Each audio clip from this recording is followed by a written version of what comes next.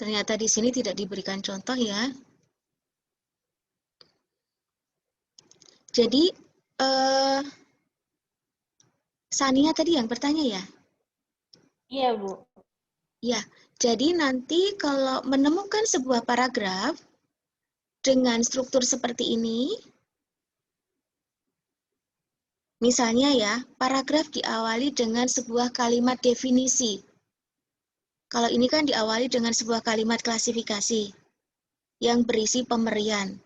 Nah, apabila diawali dengan sebuah kalimat definisi yang memberikan definisi tentang sesuatu hal, nah, kalimat penjelas yang mengikuti kalimat utama itu biasanya akan menjelaskan tentang definisi itu. Beberapa kata yang terdapat di dalam definisi itu. Nah, nanti apabila ada kalimat lain yang tidak menjelaskan langsung tentang kalimat utama itu, tetapi hanya sekadar menambahkan informasi saja, nah itu disebut kalimat penjelas tidak langsung. Jadi langsung tidak langsungnya ini dilihat dari keterkaitan hubungannya dengan kalimat utama.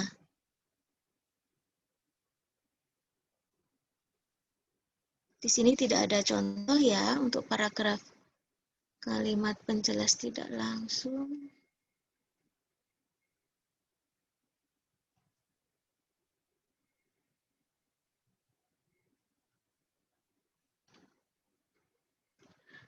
Akan tetapi kalimat penjelas tidak langsung itu bukan berarti paragraf itu menjadi tidak padu ya. Bukan berarti ada kalimat yang sumbang, kalimat yang menyimpang dari kalimat utama, bukan. Tetapi kalimat penjelas tidak langsung itu hanya memberikan tambahan informasi saja.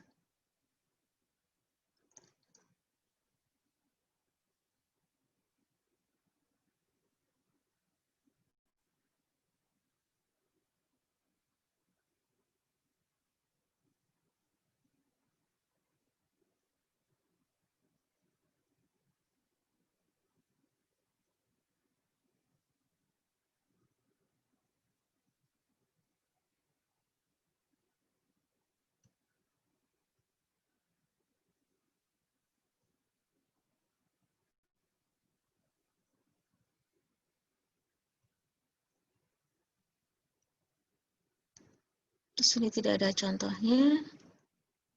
Mungkin nanti kita cari ya contohnya untuk kalimat penjelas tidak langsung ini. Iya, tidak ada.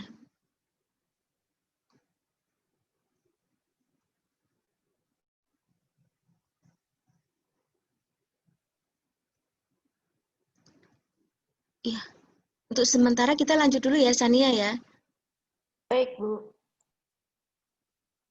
Baik, dalam sebuah paragraf itu kita juga harus memenuhi unsur kesatuan. Jadi, unsur kesatuan ini antara gagasan utama atau kalimat utama dengan kalimat penjelasan. Nah, kalimat penjelas itu hubungannya padu atau satu. Tidak boleh ada kalimat yang menyimpang dari topik. Jadi satu paragraf itu hanya mengandung satu gagasan utama atau satu topik. Seperti tadi ya, berbicara tentang manajemen operasi, kalimat selanjutnya, kalimat penjelasnya itu harus menjelaskan tentang manajemen operasi itu. Dan tidak boleh menyimpang dari apa yang dibicarakan tentang manajemen operasi. Jadi fungsinya ide pokok atau topik itu mengendalikan kalimat-kalimat yang muncul kemudian yang menjadi penjelas.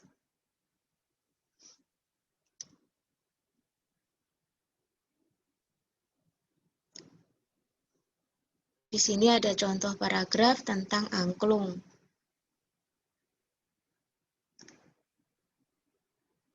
Yang merupakan kalimat topiknya itu angklung merupakan alat musik tradisional masyarakat Sunda yang sejak November 2010 diakui sebagai warisan budaya oleh UNESCO.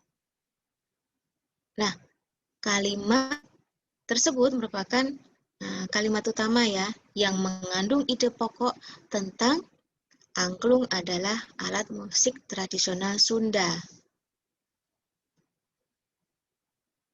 Kalimat selanjutnya merupakan kalimat penjelas tentang angklung tersebut. Jadi kalimat selanjutnya berbicara tentang bahan pembuatan angklung itu dari apa, terus cara memainkannya,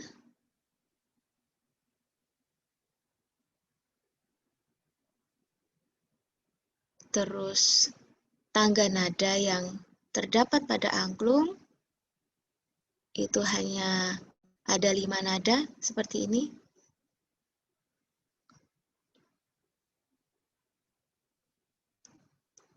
Nah, mungkin kalian bisa membuat paragraf lain dengan ide pokok yang sama tentang angklung merupakan alat musik tradisional masyarakat Sunda, tetapi diikuti dengan kalimat penjelas yang berbeda.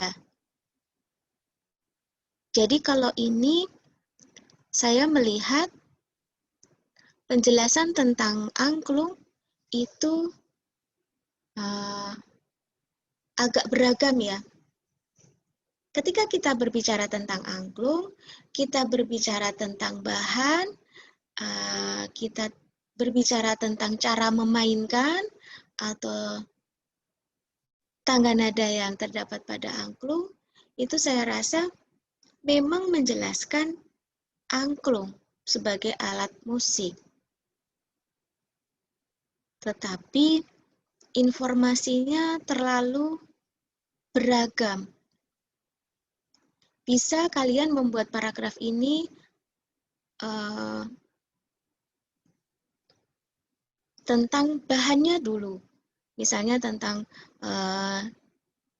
alat musik tersebut berbahan pipa bambu, kemudian dibuat dengan urutan besar kecil atau dengan melubangi pipa bambu tersebut. Jadi penjelasannya lebih mengarah ke bahan angklung saja.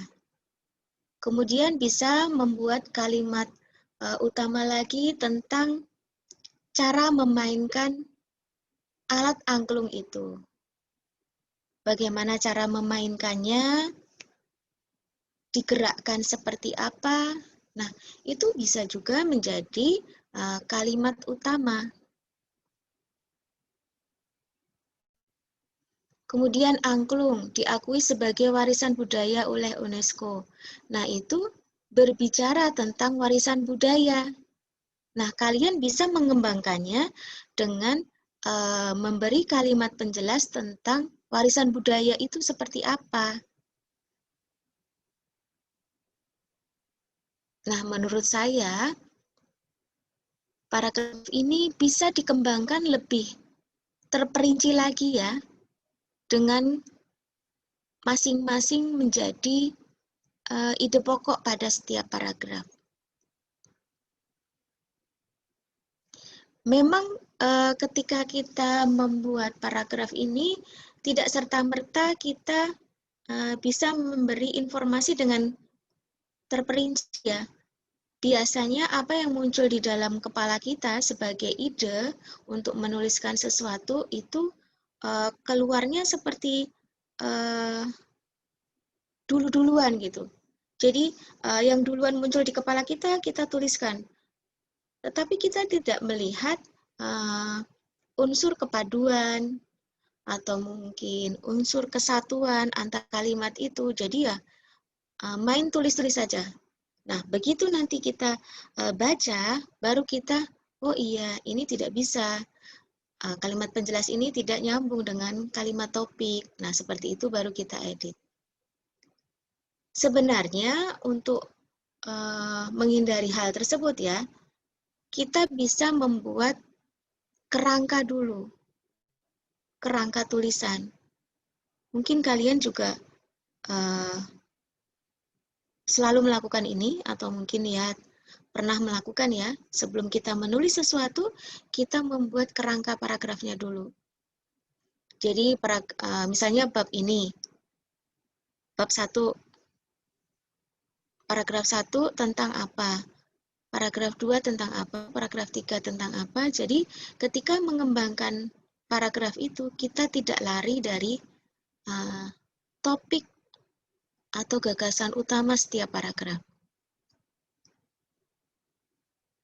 Itu baru kepaduan di dalam paragraf. Nah, nanti kita juga harus melihat, harus memperhatikan kepaduan antar paragraf. Sehingga antara paragraf 1 dengan paragraf berikutnya itu disebut nyambung. Mungkin kalian punya pengalaman ketika menulis sesuatu ya, kemudian dikoreksi mungkin oleh guru atau oleh dosen, dicoret, paragraf-paragraf itu dicoret. Ini tidak nyambung, misalnya seperti itu. Nah, itu karena kita tidak memperhatikan kepaduan antar paragraf. Jadi, yang pertama diperhatikan adalah kepaduan di dalam sebuah paragraf, baru kita memperhatikan kepaduan antar paragraf.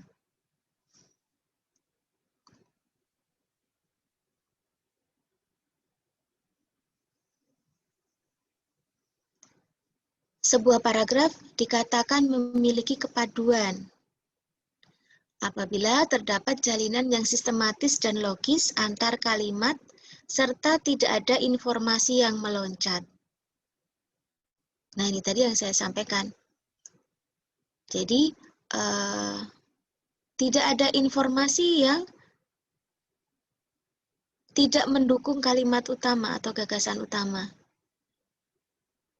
Dikatakan kalimatnya sumbang. Informasinya meloncat. Tidak relevan dengan topik yang dibicarakan.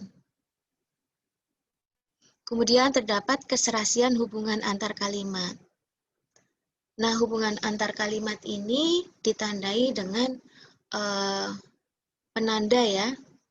Penanda ini bisa berupa penanda gramatikal dan penanda leksikal. Penanda gramatikal itu bisa dengan hubungan makna ya. Penanda leksikal ini dengan beberapa kata yang mungkin mengacu pada kalimat sebelumnya, dengan mungkin kata-kata tersebut, kata-kata itu, kata-kata di atas. Nah, itu kata-kata yang menjadi penanda hubungan antara kalimat sebelumnya.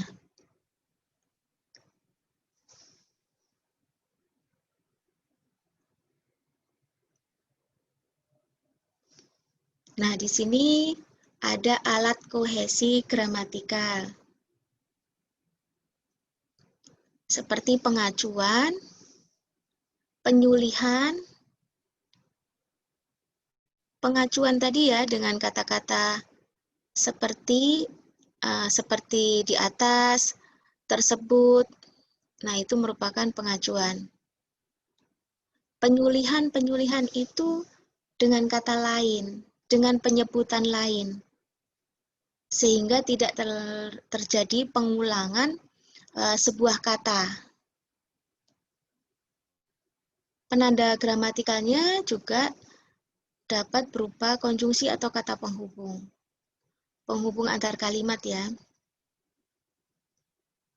Nah, alat kohesi leksikalnya yang berupa kata, di sini bisa berbentuk repetisi. Nah, repetisi ini pengulangan kata. Mungkin kita sering menghindari adanya pengulangan kata, tetapi untuk kebutuhan tertentu, misalnya kebutuhan penegasan atau mungkin justru keindahan, repetisi ini justru diperlukan. Mungkin dengan penggunaan kata yang merupakan sudut pandang, itu juga sering kita ulang. Misalnya kita bercerita dengan sudut pandang aku. Nah, kata-kata aku itu akan diulang terus. Nah, itu karena kita bercerita dengan sudut pandang aku.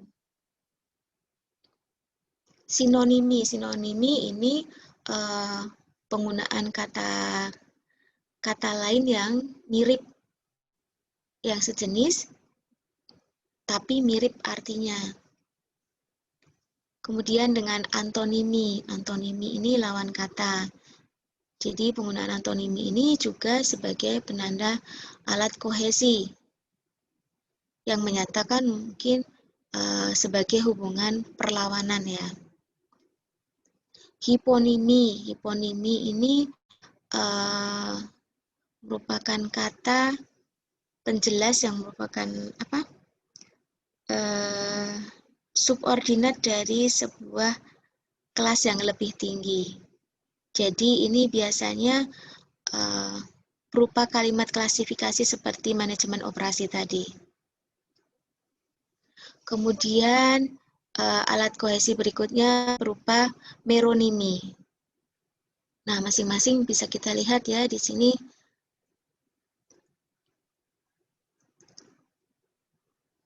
Hubungan antara orang atau benda dengan lambang itu merupakan referensi. Di sini bisa digunakan kata ganti persona atau kata ganti penunjuk. Nah, beberapa tadi sudah saya contohkan ya, untuk kata ganti persona itu bisa ia, mereka, nya, itu merupakan acuan atau referensi. Nah, kata ganti penunjuk itu bisa dengan ini, itu, di sini, di situ, tersebut, begini, begitu. Itu merupakan acuan ya. Sesuatu yang mengacu yang disebutkan pada kalimat sebelumnya. Contoh substitusi seperti ini. Jadi penyulihan. Sebuah kata digantikan dengan kata lain yang bisa menggantikan. Seperti Kiai Haji Abdul Rahman Wahid, itu bisa disulih dengan Gus Dur. Belanda, negara Belanda disulih dengan negeri kincir angin. Bandung disulih dengan kota kembang. Nah, ini contoh-contoh substitusi.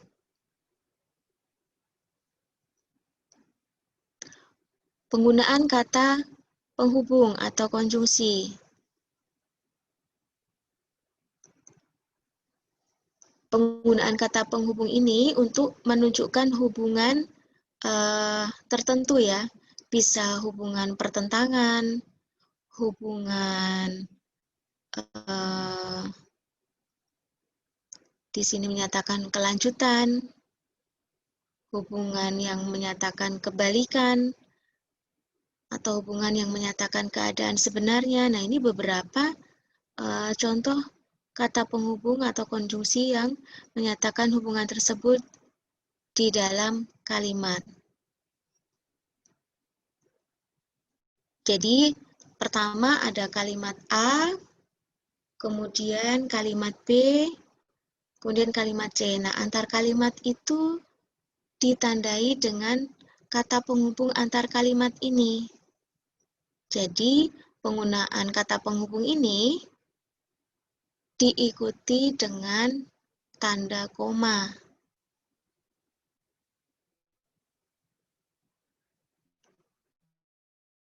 Di sini ada beberapa contohnya ya.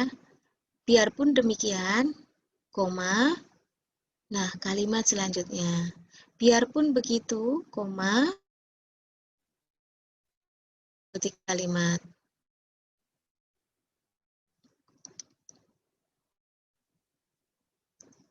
Nah, ini masih hubungan yang dinyatakan dengan kata penghubung. Di sini ada hubungan yang menguatkan keadaan yang dinyatakan sebelumnya, hubungan keeksklusifan dan keinklusifan. Banyak ya kata-kata menggunakan itu. Nah, kalian bisa membaca materi tentang hubungan ini ya. Nah, ada contoh kepaduan paragraf.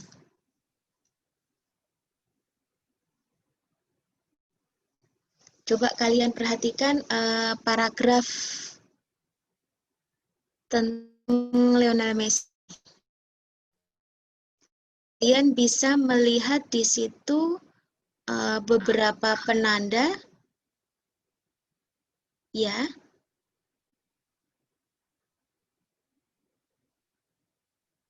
Tidak ada yang bertanya? Sepertinya tadi ada yang bertanya.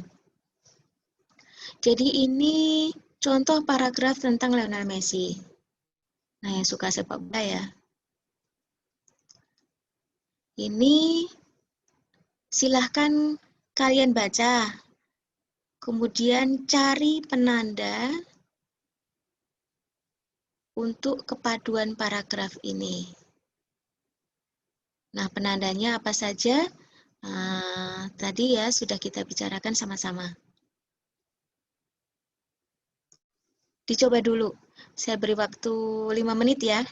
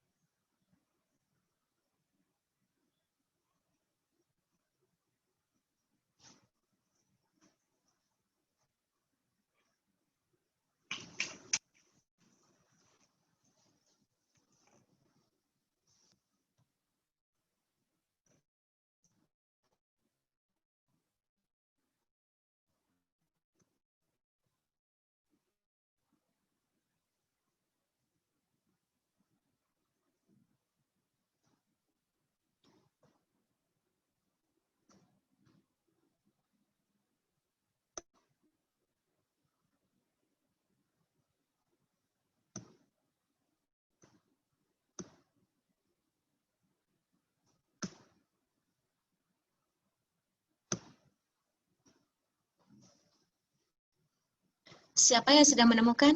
Ayo silahkan.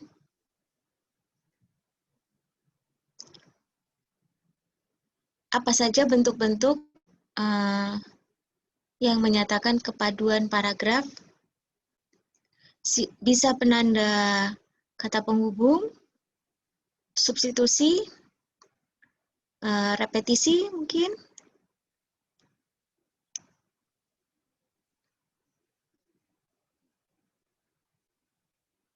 Sania mungkin? Bu, saya boleh coba? Ya, silakan. Ya, nama saya Alsafa. Contohnya Ya, yang siapa? di yang kalimat pertama, Lionel Andres Leo Messi, bintang Barcelona. Nah, bintang Barcelonanya ini tuh kan menjelaskan siapa itu Lionel Messi. Jadi di sini dia tuh kayak substitusinya gitu, Bu. Mungkin kayak gitu. Makasih. Ya, iya, makasih. Memang benar ya, bintang Barcelona di sini merupakan penyulihan ya dari Lionel Messi. Ada yang lain? Bu, izin menjawab. Ya, silahkan. Itu yang bahkan itu kata penghubung. Yang Bahkan kata penghubung. ya, yang menguatkan keadaan yang sebelumnya, yang menguatkan dari memenangkan 9 gelar La Liga dan 4 trofi Liga Champions bersama Barcelona. Iya benar. Di situ ya, kata penghubung bahkan. Ya, itu kata penghubung yang menyatakan menguatkan apa yang sudah dinyatakan sebelumnya ya. Ada lagi? Banyak sekali di sini. Izin, Bu. Ya? Yang warna Ya, biru silakan. tuh yang warna biru tuh lebih ke arah referensi pengacuan. Kalau yang merah itu ke pemulihan. Yang warna ungu konjungsi. Iya. Jadi memang ini di sini sudah dibedakan warnanya ya, untuk menandai bahwa di sini merupakan penggunaan kata penghubung ya. Ada satu yaitu kata bahkan. Kemudian yang biru itu sebagai penanda apa tadi, Sania? Yang biru itu pengacuan, Bu. Pengacuan atau referensi ya. Yang merah? Itu substitusi pemilihan. Ya, yang merah yang diberi warna merah itu substitusi atau penyulihan. Jadi nanti kalian bisa ya menentukan penggunaan penanda kepaduan paragraf ini. Memang ketika kita menuliskan sebuah paragraf, kita tidak mempertimbangkan kata-kata kita gunakan. Jadi begitu kita menulis ya menulis saja mengalir gitu. Tetapi secara tidak sadar kita akan menggunakan bentuk-bentuk seperti ini. Baik pengulangan, penyulihan, atau pengacuan, itu kita gunakan ya untuk membuat paragraf itu, untuk membuat sebuah paragraf itu padu.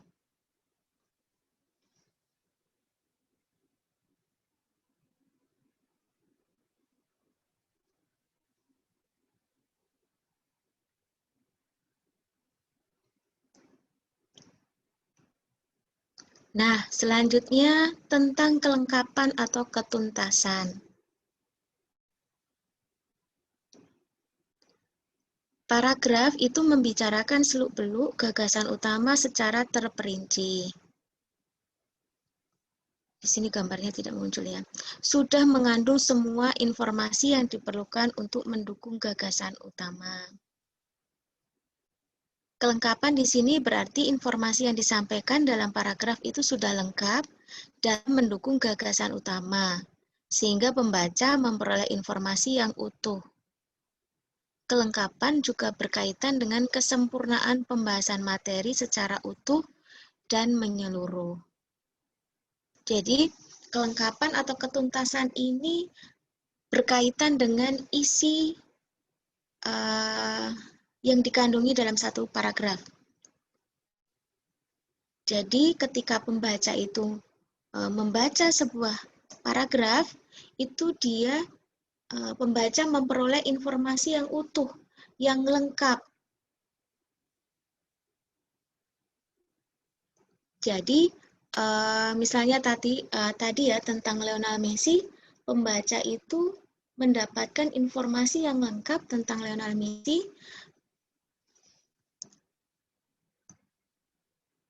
tentang tanggal lahirnya, tempat lahirnya, tentang kejuaraan yang dia menangkan, berapa gol yang sudah pernah dia cetak, dia bergabung di dalam liga mana, gitu kan. Kemudian dia bermain di klub apa. Nah, sampai tahun berapa dia mencetak apa, informasi yang terdapat ini sudah cukup lengkap memberikan informasi tentang Lionel Andres Messi.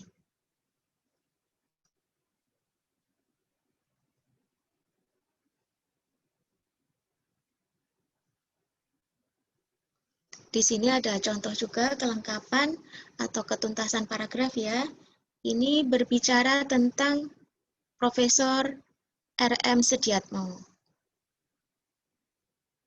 yang merupakan seorang insinyur ternama Indonesia yang terkenal dengan fondasi yang ditemukan ya, yaitu tentang fondasi cakar ayam. Nah, di sini informasinya kira-kira sudah cukup lengkap tidak? Menjelaskan tentang siapa Profesor Sediatmo.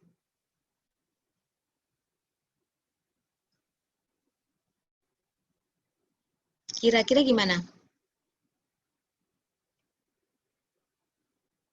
Gagasan utama paragraf ini adalah tentang Profesor Sediatmo atau tentang temuan Profesor Sediatmo? Temuannya, Bu. Temuannya ya. Jadi kalau dilihat dari struktur paragraf ya, jadi ada paragraf deduktif, induktif, campuran, iteratif. Nah, ini termasuk paragraf yang seperti apa? Kita bisa melihat dari kalimat penjelas kalimat utamanya. Ketika kita membaca dari awal sampai dengan akhir, ini berbicara tentang sistem fondasi cakar ayam yang ditemukan oleh Profesor Sediatmo. Tetapi tidak berbicara tentang profesor itu sendiri.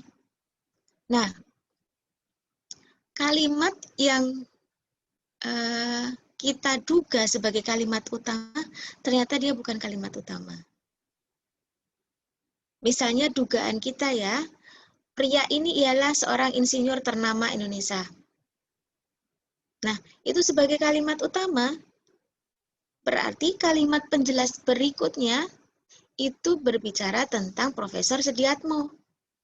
Mungkin tanggal lahirnya, mungkin latar belakang pendidikannya, mungkin keluarganya, dan seterusnya yang berkaitan tentang Profesor Sediatmo. Tetapi ini berbicara tentang fondasi cakar ayam. Sehingga kalimat pertama di situ bukan kalimat utama. Jadi kalimat utamanya terdapat di tengah paragraf. Kita bisa membedakan kan ya? Mungkin Sania bisa membedakan? Ya, Bu, kenapa, Bu? Ketika kalimat utamanya adalah kalimat pertama, dengan kalimat pertamanya yang kalimat kedua, pasti pengembangan paragraf ini menjadi berbeda. Ketika kalimat utamanya adalah pria ini ialah seorang insinyur ternama Indonesia. Kalimat selanjutnya pasti tentang Profesor Sediatmo, ya. Ikutin tanpa tanggal, ikutan latar belakang pendidikannya. Mungkin seperti itu. Tetapi tidak berbentuk paragraf seperti ini. Paragraf seperti ini berarti kan menjelaskan tentang sistem fondasi cakar ayam. Iya kan? Berarti paragraf ini diawali dengan kalimat penjelas, diikuti dengan kalimat utama, kemudian diikuti dengan kalimat penjelas. Nah, bagaimana nanti kalian menentukan ini paragraf deduktif, induktif, campuran, atau generatif? Nah, kalian harus bisa menentukan terlebih dahulu topik atau gagasan utama pada paragraf itu dulu. Kemudian kita cari kalimat utamanya, baru kita bisa menentukan kalimat yang lain sebagai kalimat penjelasnya. Izin, Bu. Ya? Kata pertama ini apa yang termasuk kalimat penjelas tak langsung ya, Bu? Soalnya kan dia nggak menjelaskan itu penemuannya. Tapi lebih ke RM Sediatmo-nya. Atau gimana, Bu? Iya. Yang kalimat pertama. Iya, kalimat pertama ini dia tidak secara langsung menjelaskan tentang temuan Profesor Sediatmo. Jadi, justru dia menjelaskan tentang Profesor Sediatmo-nya. Nah, ini benar yang dikatakan Sania. Ini salah satu contoh kalimat penjelas tidak langsung. Jadi, dia hanya mendukung saja dari kalimat-kalimat penjelas yang lain. Kalau kalimat penjelas yang lain, ini kan berfungsi menjelaskan tentang sistem fondasi cakar ayam, kan? Bagaimana fondasi itu, terus di sini disampaikan informasi tentang untuk gedung berlantai 3 sampai dengan 4. Sistem cakar ayam ini biayanya akan sama dengan fondasi tiang panjang 12 meter. Nah, penjelasan ini kan tentang cakar ayam. Justru tentang pria ini ialah seorang insinyur ternama Indonesia ini tidak memberikan penjelasan yang langsung. Jadi di sini merupakan kalimat penjelas tidak langsung. Bisa membedakan ya Sania ya? Baik, Bu.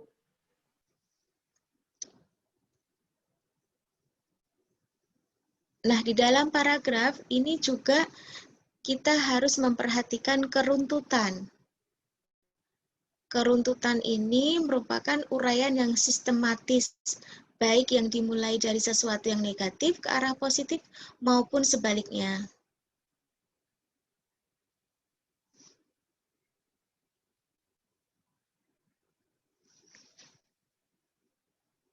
Sebuah paragraf dikatakan runtut jika uraian informasi disajikan secara urut. Tidak ada informasi yang melompat-lompat sehingga pembaca bisa lebih mudah mengikuti jalan pikiran penulis. Nah, ketika kita membaca sebuah paragraf, sebuah cerita ya yang terdiri atas beberapa paragraf, dan kita tidak mudah mengikuti jalan pikiran penulis, itu artinya penulis tidak menyajikan paragraf itu dengan runtut.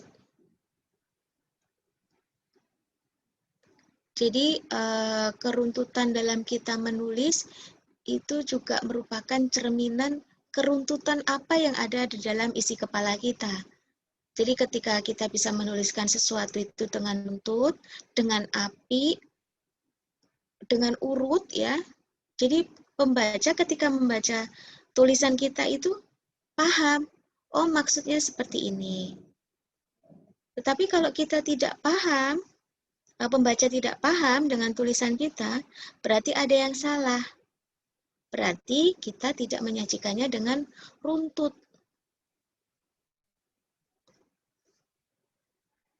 Nah, ketika Contohnya nih, ketika kita berbicara informasi tentang urutan tempat, ya kita berbicara tentang tempat. Misalnya di sini ada urutan apa aja? Urutan tempat, urutan waktu, urutan khusus umum, urutan tingkat. Nah, ini kita harus memperhatikan urutan-urutan tersebut. Biar informasi itu tidak menumpuk-numpuk sifatnya. Ketika informasi itu numpuk-numpuk, kita membacanya juga sulit. Kita tidak bisa menangkap apa yang dimaksud oleh penulis, begitu. Nah, di sini contoh keruntutan paragraf.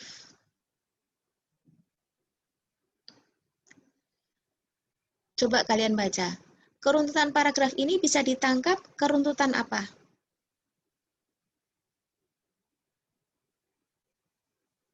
Tempat, Bu. Ada tempat, iya benar. Jadi keruntutan tempat ya, ini berbicara tentang tempat atau lokasi. Tengah, di sekitar, dari belakang. Nah, itu kalimat-kalimat yang diawali dengan penanda tempat, bukan lokasi. Baca, kita baca paragraf ini bisa membayangkan menyambut tamu yang berdatangan, berarti dia berdiri di depan. Kemudian di tengah ada ruang pesta yang megah. Kemudian ada sebuah patung di tengah itu. Di sekitar patung ada tamu-tamu yang mengobrol. Di belakang ruangan ada suara piano. Kemudian di samping, nah di sini ada di samping Ratna, ini Ratna yang memainkan piano seperti itu. Jadi pembaca akan bisa membayangkan situasi itu, situasi yang diceritakan pada satu paragraf itu. Nah, selanjutnya tentang konsistensi sudut pandang. Konsistensi sudut pandang ini ketika kita menceritakan sesuatu dari sudut pandang orang pertama seperti aku dan saya, itu ya kita akan berbicara dengan sudut pandang yang sama, sehingga pembaca tidak akan bingung. Tetapi dalam sebuah novel, kalau kalian senang membaca novel ya, beberapa sudut pandang penceritaan ini biasanya digunakan secara gabungan ya. Jadi misalnya sudut pandang aku, kemudian sudut pandang dia, kemudian sudut pandang mereka. Nah, ketika kita membaca novel itu, kita harus jeli, siapa ini yang berbicara? Aku ini aku siapa? Misalnya aku si Sania, atau aku si Devita, nah itu berbeda. Dengan sudut pandang aku, tetapi ternyata tokoh yang berbeda. Biasanya kita temukan itu di novel. Nah, di sini konsistensi sudut pandang menggunakan sudut pandang kita. Orang ketiga jamak ya. Ini juga dari sudut apa tadi? Kepaduan ya. Itu digunakan kata kita sebagai repetisi, pengulangan.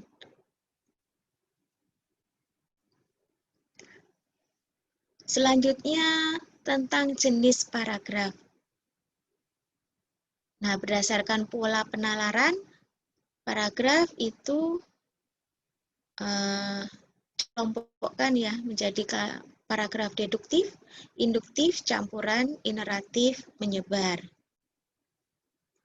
Berdasarkan pola urutan, itu ada paragraf pembuka, paragraf isi, paragraf penutup. Mungkin ini dalam bahasa surat ya. Sebuah surat itu nanti ada paragraf pembukanya, paragraf isi, kemudian paragraf penutup. Berdasarkan gaya atau tujuan. Ini ada paragraf narasi, deskripsi, eksposisi, argumentasi, dan persuasi. Mungkin untuk istilah-istilah ini ya, nama-nama ini kalian tidak asing lagi kan? Paragraf deduktif. Ciri-cirinya kita biasanya yang mengenalnya D itu depan. Artinya kalimat utamanya itu ada di awal paragraf. Contohnya seperti ini ya, tentang tenaga kerja.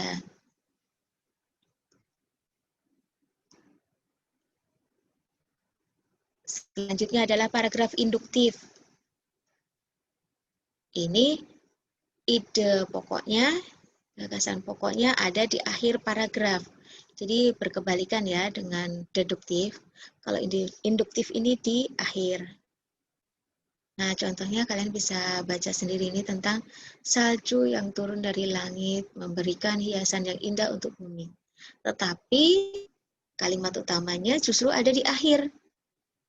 Inilah musim dingin yang terjadi di negeri matahari terbit.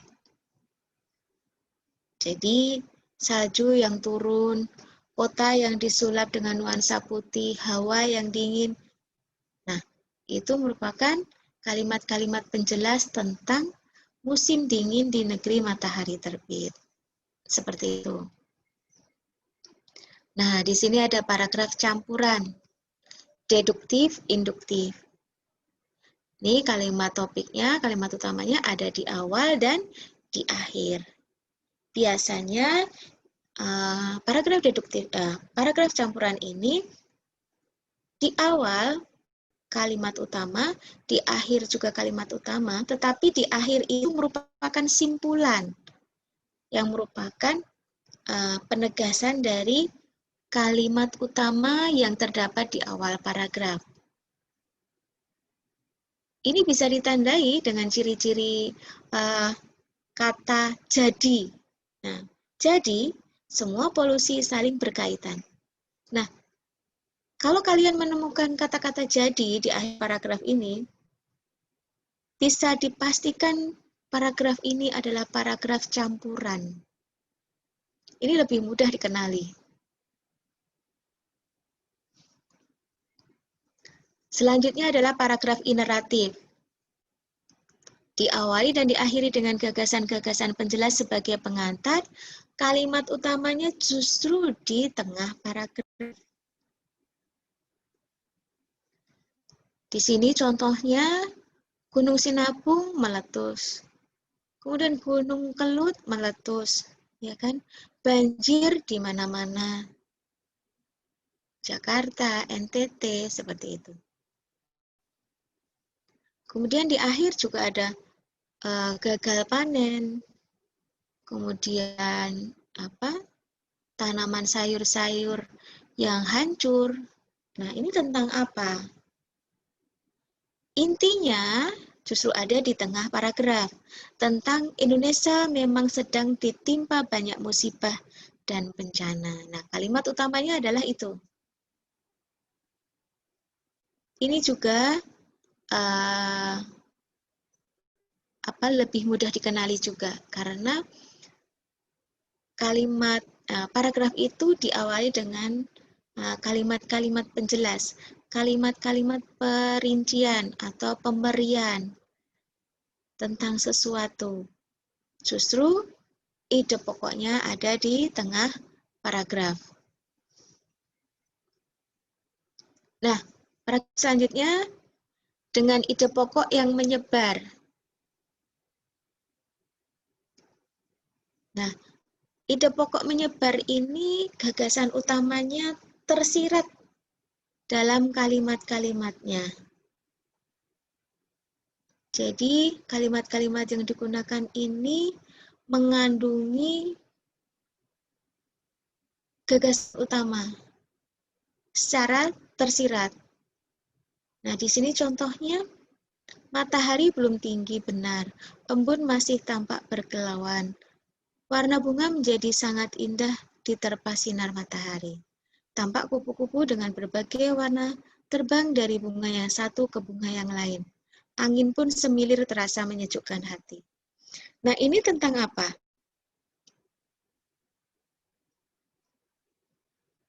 Tentang Tentang suasana di pagi hari ya. Kita tidak bisa mengambil salah satu kalimat ini menjadi kalimat utama. Karena ide paragraf ya, ide pokoknya, topiknya, itu dia terkandung di semua kalimat yang digunakan di sini. Secara tersirat. Jadi tidak ada kalimat utama di sini. Karena semua kalimat mengandung ide pokok itu. Maka dikatakan paragraf ini ide pokoknya menyebar.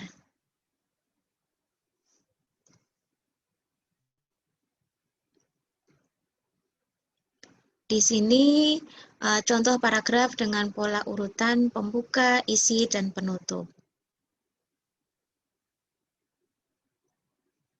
Contoh sederhana paragraf pola urutan pembuka, isi, penutup ini adalah contoh surat. Contoh surat dinas gitu ya. Misalnya diawali dengan berdasarkan, kemudian sehubungan dengan itu, oleh karena itu, kemudian diakhiri dengan atas perhatian Bapak kami ucapkan terima kasih. Nah itu contoh yang sangat sederhana paragraf dengan pola urutan pembuka, isi, penutup. Di sini ada contoh juga nih ya tentang asam urat. Kalian bisa baca sendiri. Kemudian contoh paragraf. Nah ini pengelompokan paragraf tadi berdasarkan apa tadi? Narasi, persuasi, deskripsi, argumentasi, persuasi.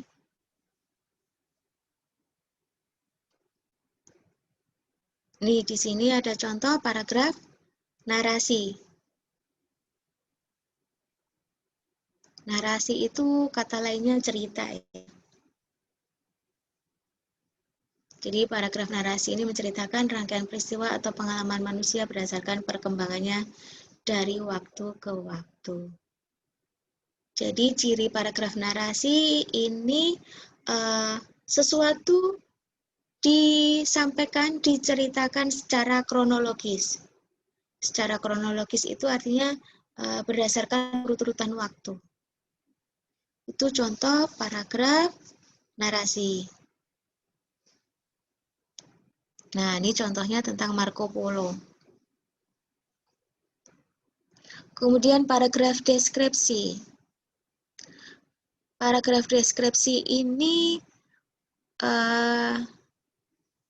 intinya tentang bagaimana kita mendeskripsikan sesuatu itu secara detail.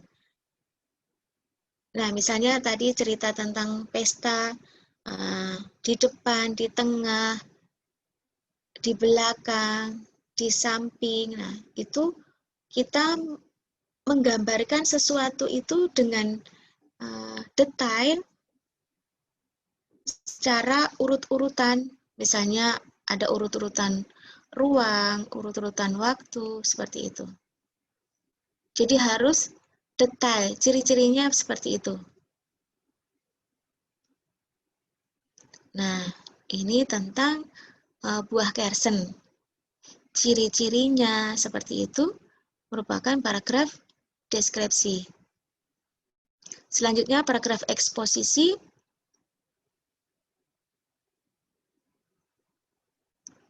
Ini intinya tentang paparan ya. Mengenai sesuatu yang disajikan secara akurat. Langkah-langkah tentang sesuatu itu juga, proses tentang sesuatu itu juga termasuk paragraf eksposisi.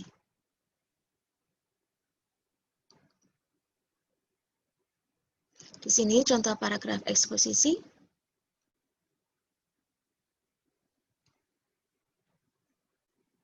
Nah, paragraf argumentasi, cirinya adalah mengandung sebuah gagasan ya.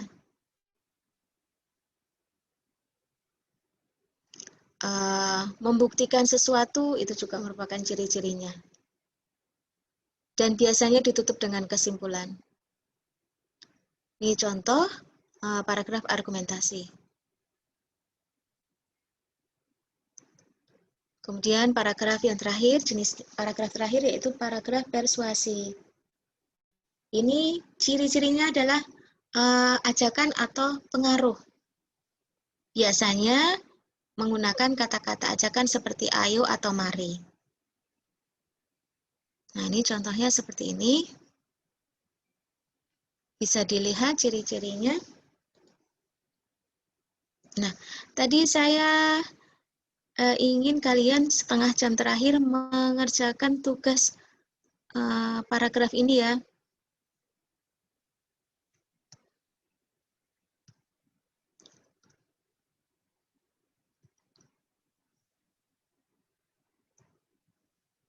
Oke.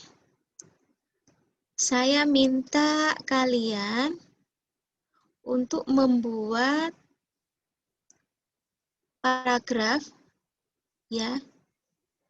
Paragraf eksposisi, satu paragraf ya, satu paragraf saja. Paragraf eksposisi minimal dengan 120 kata dan paragraf deskripsi minimal 120 kata. Hanya satu paragraf saja. Satu paragraf itu kira-kira 3 sampai dengan 5 kalimat cukup. Boleh idenya tentang apa saja boleh, silakan. Bisa kalian kerjakan sekarang, ya masih ada waktu sekitar 25 menit ya. Nanti saya minta koordinatornya siapa? Devita atau mungkin ketua kelas? Saya, Bu. Siapa?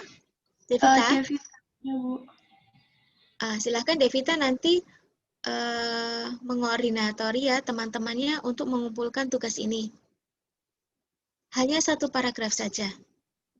Oh, siap, Bu. Dikumpulkannya untuk hari ini langsung atau kapan ya, Bu? Saya tadi sebenarnya mau 1 jam terakhir, jadi bisa dikumpulkan sekarang ya sebagai pengganti tugas lah. Tetapi ternyata ini sekarang tinggal 25 menit. Jika kalian selesai 25 menit ini ya, segera dikumpulkan saja ke Devita. Atau saya beri waktu sampai sore deh. Sampai sore, silahkan. Nanti dikumpulkan ke Devita ya. Nanti tolong Devita dibuatkan dalam satu file gitu saja ya Devita ya. Jadi memudahkan saya untuk membaca. Siap, Bu. Iya. Sorenya sekitar pukul berapa ya, Bu? Sore sampai dengan pukul 18 ya. Pukul Baik, 6 sore. Ya. Bu, Ya. izin bertanya dan mengonfirmasi. Tadi tugasnya itu membuat paragraf eksposisi dan deskripsi ya, Bu ya? Atau Nah, itu 100 kan tadi Bu mengatakan masing-masing satu paragraf. Nah, tadi itu berarti yang 120 kata itu dalam satu paragraf itu ya, Bu ya? Iya. Oke. 120 itu minimal atau maksimal ya, Bu? Minimal. Minimal, oke. Oh ya. Terus habis itu, mohon izin bertanya lagi, Bu, untuk ketentuan penulisan tadi kan berarti dalam Microsoft Word ya, Bu? Iya. Nah, itu untuk penulisannya maksudnya dalam artian fontnya berapa, ukurannya itu terserah kami atau bagaimana? Untuk font yang standar saja ya, Times New Roman 12. Iya. Oke, baik Ibu. Terima kasih. Ya, sama-sama. Saya kira sudah jelas ya untuk tugas hari ini ya.